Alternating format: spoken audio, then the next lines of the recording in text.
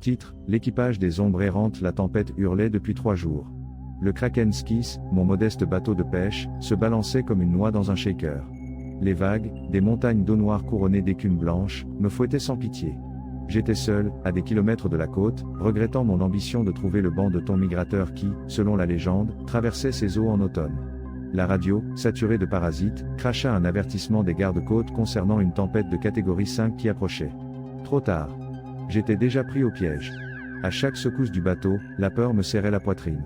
J'essayais de rester occupé en vérifiant les pompes de cale, en assurant la cargaison et en priant n'importe quel dieu qui voudrait bien écouter. La nuit était une bouche affamée, avalant la faible lumière restante.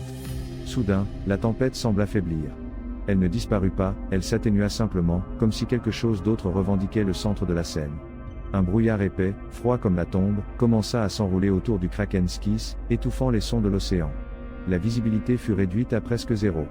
J'allumai le phare, son faisceau luttant inutilement contre le mur de brouillard. C'est alors que je le vis.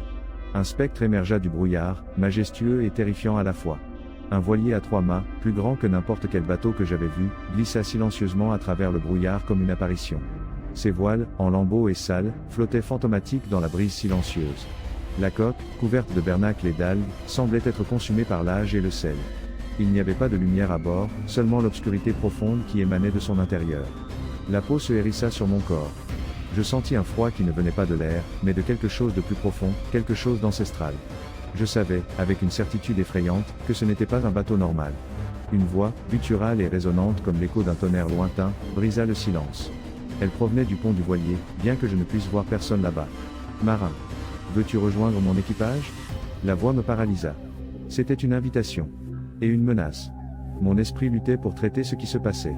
Était-ce une hallucination? Un tour de la tempête? Ou était-ce quelque chose de bien pire? J'essayais de répondre, mais les mots refusèrent de sortir.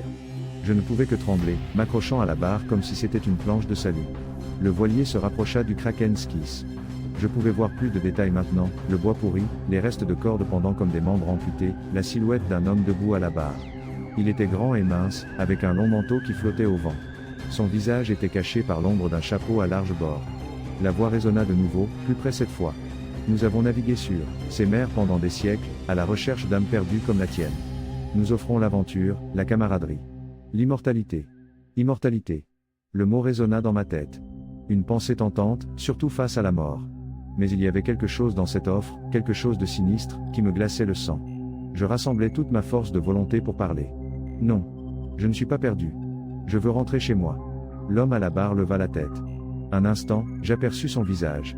Ce n'était pas de chair et d'os, mais d'os et d'ombre. Ses yeux étaient 2 puits noirs, vides de toute émotion, et sa bouche était une grimace de dents acérées et jaunâtres.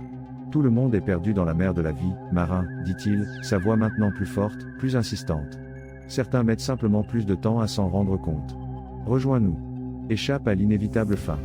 Le voilier commença à tourner, encerclant le Kraken Skis. Je pouvais voir d'autres spectres sur le pont maintenant, des figures décharnées et silencieuses vêtues de haillons. Certains me regardaient avec des yeux vides, d'autres restaient simplement immobiles, comme des statues de sel. L'air s'épaissit d'une odeur de salpêtre, d'algues pourries et de mort. Je sentais ma raison s'effondrer. La voix continuait d'insister, de me tenter, de me tourmenter. Viens. N'aie pas peur. Nous t'attendons. Je fermais les yeux, serrant la barre avec force. Je devais me battre.